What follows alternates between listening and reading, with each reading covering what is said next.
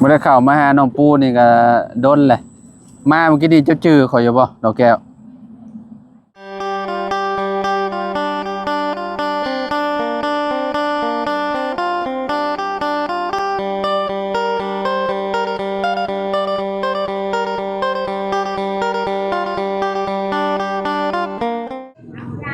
กราบสบายดีสวัสดี FC เบิร์สุขุสุคนเนาะบ่ว่าสิอยู่ในและก็ต่างประเทศเด้อพี่น้องมาพบมาพ้อกันก็อยู่ที่เพื่อนน้องปูพี่น้องเนาะบ่ได้เข้ามาหาน้องปูนานี่ก็โยโดนแล้วได้พี่น้องเนาะโมเมนต์เป็นเดือนแล้วบ่จักเนาะบ่ได้เข้ามาหาน้องปูนาเนาะเอาโอเคเดี๋ยวไปเบิ่งไปชมกันว่าทางน้องปูนาเพิ่นเฮ็ดหยังพี่น้องเนาะโดยพี่น้องเนาะโอ้ไปกันเห็ดยังนี่เนาะดอกแก้วเห็ดยังโมเมนต์ดอกแก้วโอ้ยไฟ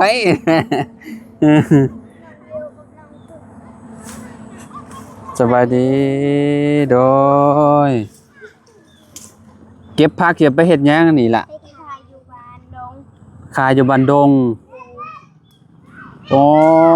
กำเท่าไรนี่ไปขายกำละ2,000กีบขายให้ห่านเพอนะหรือว่าเนี่ยใดขายงานเบียด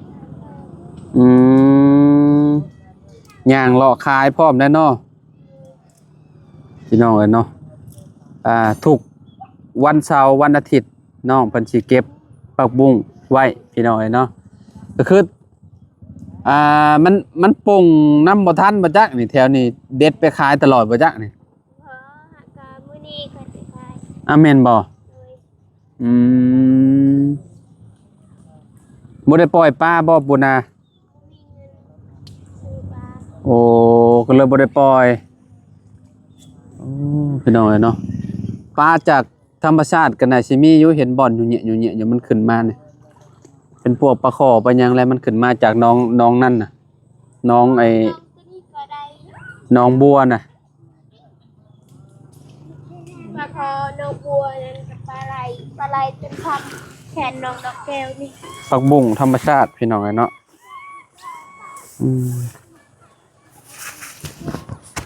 อ๋องามมะลิพี่น้องเนาะเขี้ยวขักปัญญาเนาะผักบุ้งเครืออยู่ในน้ำเนาะก็เจ้าว่าล้างสารพิษได้ผักบุ้งอันนี้นะเอาไปต้มกินน้ำมันแล้วมันก็เป็นดอกบ่ที่ปูเป็นบ่สีม่วงหากินยากนะผักบุ้งแบบนี้นะพี่น้องเนาะ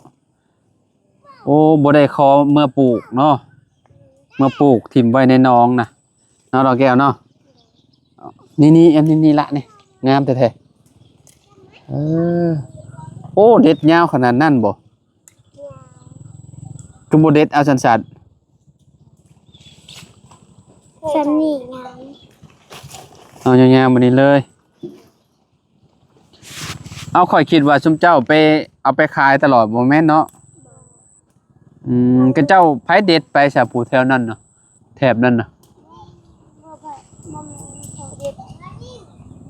มันบ่งามนะอ๋อมันบ่งามไอ้ฟางนี่งามเนาะเขียวคักเลยนี่เด้นี่ป้อคักเลยเอาไปผัดผักบุ้งไผ่แดงคักได้นี่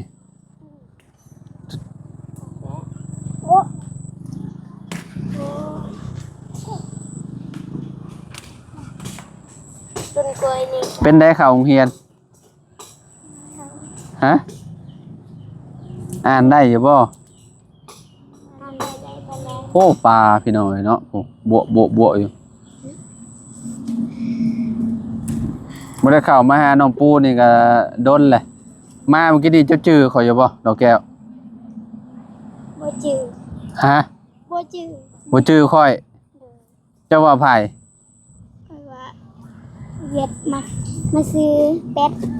เจ้าว่าเวียนมาซื้อเป็ดตั้งแต่ขายรถไปบ่ได้เข้ามาหาเพิ่นเลยพี่น้อยเนาะขายรถก็สิครบ1เดือนแหละครบแล้วมั้งนี่มื้อนี้วันที่เท่าใดพุ่นวันนี้วันที่ 17บ่ มีวันที่18ติมื้อนี้ บ่ หืม มื้ออื่น แม่นมื้อนี้แหละที่18 ที่18 แม่น19มื้อวันอาทิตย์แม่นครบ1เดือนเต็มพอดีพี่น้องเอ้ยเนาะที่ขายรถออกเนาะ เบาไปเลยบ่ ขายแล้วขายแต่โดนแล้ว ตอนที่แม่เขาเยือนน้องซ้ำ แม่น แม่ข่อยว่า ฮะ นาเบาบ่ได้ขาย น้ำบ่าวเฮ็ดได้ซะน้ำบ่าวบ่ได้ขับมาบ่ดอกแก้ว เห็นอยู่นาเบาลงคลิปก็ได้บ่ได้เทรถ เบิ่งอยู่บ่คลิปข่อย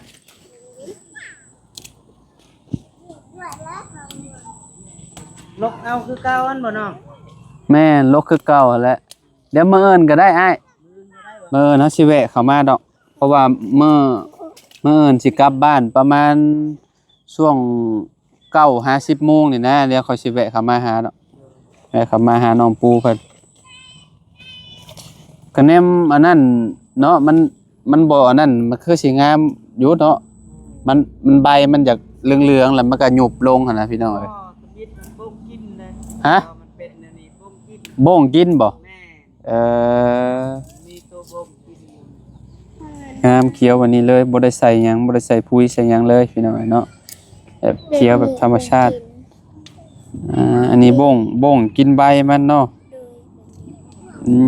บ่งโตอันดำๆอ่ะบ่จักแม่นบ่ ตัวสีเขียวตัวสีเหลืองนี่ สีเขียวๆบ่อืม กินลูกบัวเลยบุกติดกันเลยบัว เก็บพี่น้องนี่เนาะอันนี้ก็เอาแล้วดอกแก้วนี่งามแท้ๆเอาแบบยาวๆเลยเป็นอันนั้นคือแบบคือเด็ดเอายาวแท้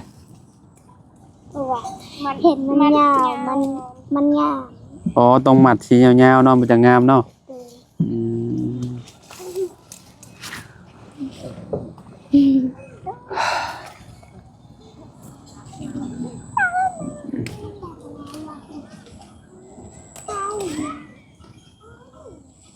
หูดเข่าแล้วบ่พูดนะยังบ่ได้หูดเข่ายังบ่ได้ชุกบ่เนาะบ่งามอืม บุบีดิน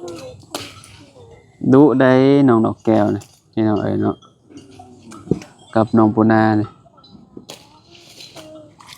จู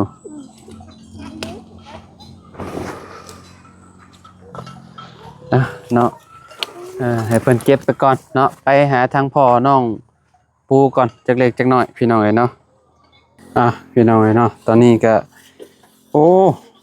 เฮ็ดหยังมันอันนี้อ้าย จอดยาง จอดยาง แม่ โอ้ มีเงินเปลี่ยนจอดเอา มีเงินเปลี่ยน แม่ จอดเอากับคะแนนมันอยู่ก็พอจอดอยู่ แม่ เนาะเฮาก็เปลี่ยนใส่มื้อนี้ของเฮาหากบ่ได้หัวแฮงดอก มันซึมจักซึมหม่องหัววานเลยอีหยังบ่ให้ก็เจ้าเปลี่ยนใส่ให้เลย เราจะจอดให้รถลุงคนนี้ ใช่ รถคันนั้นแหละ อยากง่วงกัน แข็งแล้วนะแข็งแน่นคักปัญญาจักป้องว่ามันมีจักคู่อ่ะมันหัว หูเดียว เออ แต่ว่าอุ้ยง่ายนะ หูใหญ่ แม่ เออ จอดเอาชื่อ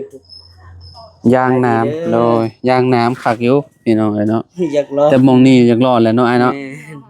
เฮิกหลายปีเลย นี่แหละ 2 ปีนี่แหละ เวลาถ้าตีนมันแปรเลยนี่มันตัวนี้แหละมันกัดพอมันบางแฮงแหละ แม่ เนาะแต่หมองขอบนี่มันบ่ค่อยกินหมองขอบนี่เนาะมันกินแต่หมองนี่เนาะ ของบอลนี่มัน นี่ กวัดเด้ หมองมันขวัดเวลาขึ้นภูเนาะ แม่นพื้น แต่ แต่เอาลงที่ต้ม แต่มุมนี้พี่น้องอะยังเวิด แอบนี่บ่เคยถือ เป็นจังได๋เรื่องไฟ FC ว่าให้มาถามเรื่องฟืนเรื่องไฟดูว่าซั่น มาแล้วบ่ ถกันแล้ว แต่ว่าเราว่ายังตลอดจักสิเฮ็ดอะไรกัน สิครบปีเลยเด้เนาะ แม่น ยังบ่ได้อยู่กงเตอร์ มื้อนั้นกับ พ่อเราจะบ่ เสียงอยากได้เบอร์ลาวอะ อ่า มื้อนั้นก็เรามาพี่เลยมาถามเอาเงินแต่เฮือนนั่นน่ะ เฮือนอยู่ฝั่งนั้นได้แล้วบ่ซะเจ้าได้เลย ยังจักได้แล้วบ่จักเฮาบ่ได้ถามจ้ะ แต่เรามาทำเอาเงิน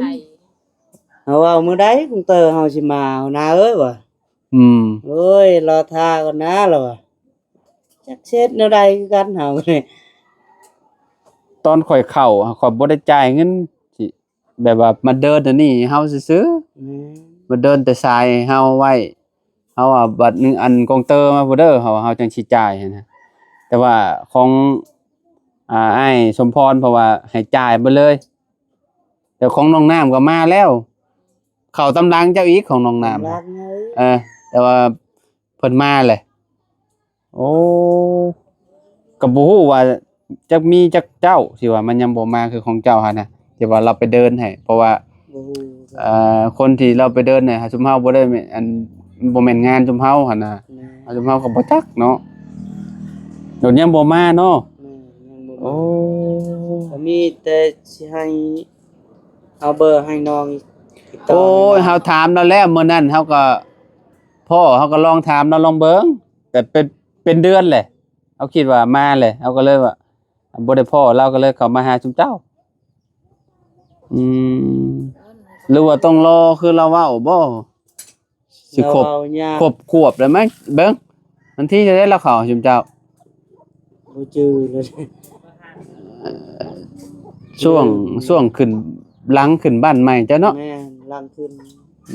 ขึ้นบ้านใหม่ปุ๊บแล้วเจ้าก็ว่าสิเข้าไฟ เดือนสาม เดือน 3บ่เดือน3สากลเนาะนี่อีกบ่กี่เดือนก็สิฮอดเดือน12เลยป้าเถอะยังบ่มาง่ายเนาะพี่น้องเอ้ยเนาะจักสิว่าจังใดเราก็บ่แม่นคนกำหนดคือว่าแหละ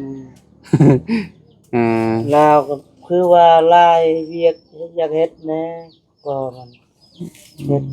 ส่วนเฮ็ดหยังคือกันนั่นแหละจักเราแล่นจักบ่ก็บ่จักนำลาว เนาะ คือกัน แต่ว่าอยู่ซื่อๆบ่จะ แม่ มีแต่ไปเบิกมาแล้วก็เบิกซ้ายเบิกหยังมันมาแล้วก็แล้วบ่อันนั้นเอาเงินไปกินจ้อยแบบนี้นะ บ่ว่ามีหยังก็เดินให้เรียบร้อยเลย ดอกฟืนดอกไฟนี่ก็เดินเรียบร้อยแล้วครับ เงินไปเสียให้ยุบเลยคันว่าติดหนี้ก่อนจักสิเป็นอะไรกั อื น ม นี่แบบเสียหมดเลย นี่แหละสาเหตุแบบว่ามันบ่ได้ของนี่จ่ายเงินก่อนมันเป็นจากมันจะเป็นแบบนี้ครับว่าคือแบบ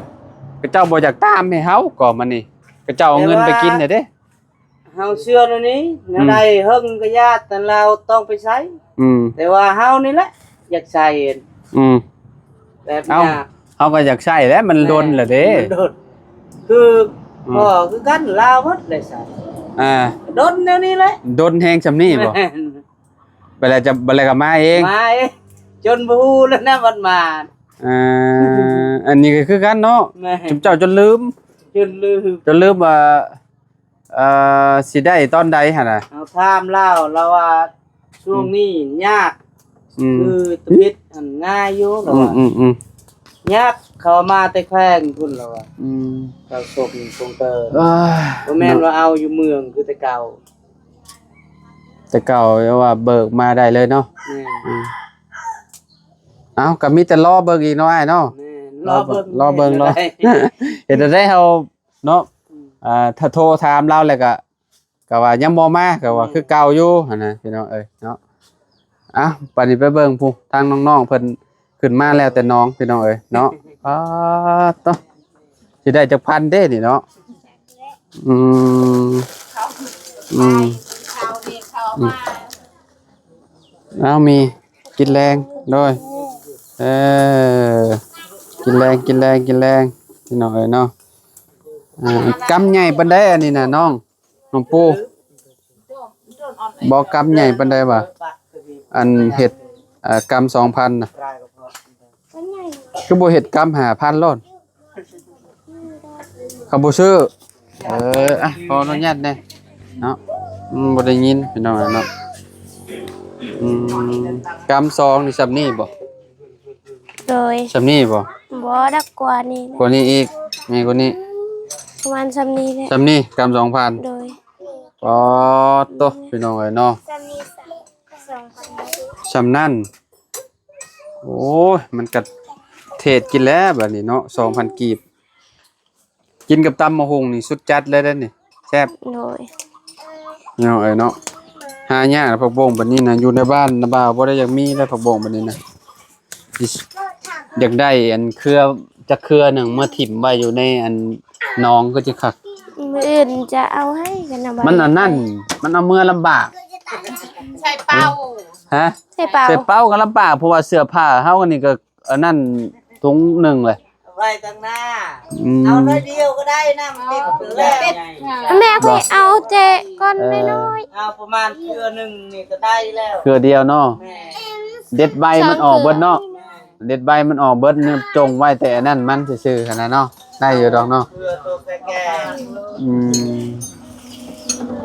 โอ้คักได้ผักบงนี่มันแก้สารพิษได้เด้นี่ไปต้มน้ำมันกินนี่สุดยอดเลยนะนี่ผักบงแหล่นี่พี่น้องเอ้ยเนาะ ๆคันพวกองค์ขาวแห่งงาม อยู่ใส่ผักบงขาว บ่ได้มีมื้อนำเสเอาไปแล้ว อันผักบงอันนั้นเจ้าต้องหวานเอาอะนะผักบงขาวอ่ะเนาะเป็นยังไงต้นบักพริกเรียบร้อยเบิดแล้ว โดยมื้อนำเฮ็ดแล้ว น้ำมันเห็ดเนาะ โดย มัน ที่ส่ เค็ วน ม น้ำเสก็คือการ มันเค็มบ่ น้ำเสอันนี้น้ำห้วยนี่ เออ น้ำนอง เป็ดยังเหลือจากโตเป็ดขายเบ่แล้วบ่ ยัง เจ้าโต เป็ดผู มีแต่โตใหญ่ๆแล้วเนาะ เลย ไข่แล้วบ่ ยังบ่ได้ไข่ นี่แม่นบ่นั่นก็ได้ ได้ไข่ ดู ก้นเริ่มโยนแล้วซะหาเด้ใกล้สิไข่แล้วล่ะหาเด้ นั่นตัวผู้ใหญ่ขนาด โอ้ตัวผู้กับตัวบักใหญ่เนี่ยเนาะปูเนาะ เลย เอาไปใช้แหละน้องอันน่ะน้องดอกแก้วเอาไปทิ่มอยู่พุ่นเนาะ ไปทิมให้หมูกิน อ๋อให้หมูกิน เลย อ้าวตกลงกะยังบ่ได้สรุปพี่น้อยเนาะอันนี้ไฟน้องปูนาเพิ่นพี่น้องแต่ตอนนี้ก็ยังอาศัยใส่ไฟอยู่ทางเฮือนแม่ใหญ่น้องปูเพิ่นอยู่พี่น้องปูอยู่พุ่นแหละเนาะนั่นแหละประกวดว่านะบ่าวอยากเอามา ใช่ นั่นอยืน โอ้ใช่ป้าไว้ก่อนหั่นแหละ เลย จง มีบงงาน กำเท่าใดเจ้าขาย ว่าดอกให้นะบ่าวซื่อ บ่กำเท่าใดว่าจะเอาไปขายน่ะ ๆกำ2,000 ฮะ กัน2,000 โอ้พักอันนี้ต้องเอาไปลวกบ่ต้องลวกบ่ โดยผักน้ อืมผักน้ำแล้วก็ผักกันจอง ำประกูด พี่น้องผักกูดเนาะโอ้ผักตัวใดแซ่บกว่ากัน3ผักนี่ ประกูดและ ผักกูดเนาะเอามาสุก เลยประกูด แม่น้องพลอยไซเพิ่นมักพี่น้องอันผักกูดนี่น้ำบ่าวเอาแต่ผักอันนี้เด้อ ประกูดนี่บ่ แม่นผัก เลย กับผักอันนี้ก็ได้นี่ ผักกันจอง แม่นสองอย่างผักอันนี้บ่เอา ดอกค่ะมีนี่กระแซ่ มันใช้ลวกก็มี ประกูด ลวกใช้มีนะ เลย อ้าวแม่นบ่ แม่นแซ่บ ปกติ มัน ปกติบ่เคยลวกใช้เทื่อ เคยอยู่ข่อย งามมาเลยพี่น้องเก็บจากธรรมชาติเลย เก็บอยู่ สุดยอดเลยเนาะจะได้จากพันจังนี้เฮ็ดกำใหญ่จะได้กำ5,000 กำใหญ่และกำ2,000 กำ2,000เฮ็ดกำบางใหญ่เลย เลย อืม มันทำนี้แหละ ๆ กำ1,000กำ1,000 ใช่กำพันนะ นี่กำ2,000ทำนี้แหละกำ1,000นี่ทำนี้1,000ก็ได้1,000 เอาแช่น้ำเม่นก่อนเนาะมาอื่นจังว่ากันพี่น้องเอ้ยเนาะอันนั้นมีแต่สมมุติว่ามื้ออื่นน่ะน้าบ่าวเขามาเอา เอาอันใบตองน่ะใบตองกล้วยน่ะห่อเนาะห่อให้มันแบบอันนั้นยามมันเหี่ยวเด้เพราะว่าน้ำบ่าวเอาใส่น้ำบ่าวเอาใส่รถเด้เวลามันตากแดดแล้วยันอันนี้ตะกรูดนี่มันเหี่ยวหั่นน่ะมีแต่เอาใบตองอันน่ะใบตองไอ้ตัดเป็นอันนั้นเด้เป็นก้านน่ะ โดย แล้วก็เอามาห่อแล้วก็อันนั้นเอาอันน้ำมัด พอดีงาม เมี่ยนมันอันนี้ให้บ่ให้มันโผล่ออกแดดปานใดบ่ให้มันเลยอันน่ะหัวมันหั่นนะ โดย อ่า จึงเลย ห่อ ก็ เมี่ยน ตัดและ อืม ยันมันเหี่ยว ใครนี่จ้ะ น้อง เอ ลูก อ ป่า น้องเออโอเคใช่พี่น้องเอ้ยเนาะเดี๋ยวจังว่ากันใหม่เนาะมาเอิ้นพุ่นแหละพี่น้องจังสิมาเอาน้ำน้องปูเพิ่นเนาะ โดย พอกันใหม่มาเอิ้นเด้อ สบายดี สบายดีเด้อไปเอาสบายดีเด้อพี่น้องเด้อ